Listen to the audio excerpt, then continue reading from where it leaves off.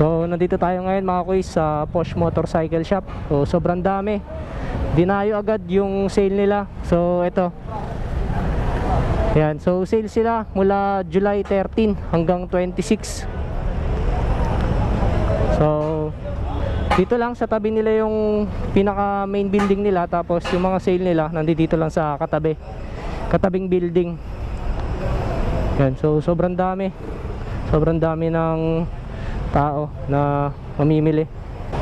And so sana mabilis lang yung pila mga kuys dahil ang haba ng pila. Baka abutin tayo ng close. Yan. So update ko kayo mamaya mga kuys kapag nasa loob na tayo. A few inches later. So bago pumila dito mga kuys, kailangan nyo muna kumuha ng number dun sa may main building nila. Kaya kasama natin si Kuys JC at si Kuys JM. Nakapila na kami dito mga kuys. So sobrang haba ng pila. So sana payagan tayong gumawa ng content dito sa loob ng shop nila. So magantay na lang tayo mga kuys. Dahil medyo mahaba yung pila nito. A few moments later.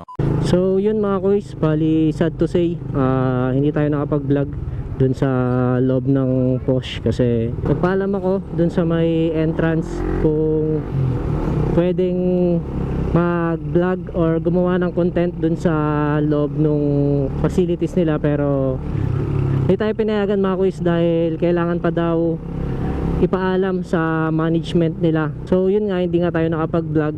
At saka ang sabi rin kasi nung nakausap ko, meron daw silang sariling vlogger mga kuys. So kumuha na lang ako ng konting pictures mga kuys para naman at least makita nyo kung ano yung mga binibenta nila. Pero panlahatan na mga kuys. So sana wag magalit yung Posh if ever na makita nila yung mga pictures. So sinunod ko na lang din yung gusto nila na wag na lang din akong gumawa ng content, pero kumuha tayo ng konting pictures lang mga kuys.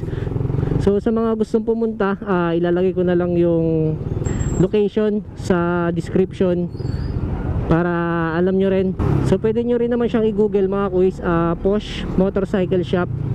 Pasensya na mga kuys, medyo traffic dahil malapit na nga tayo sa bahay. So sa mga pupunta pa mga kuys na gusto pang humabol, teka, para tuloy-tuloy yung pagsasalita ko, dito man tayo sa gilid. So sa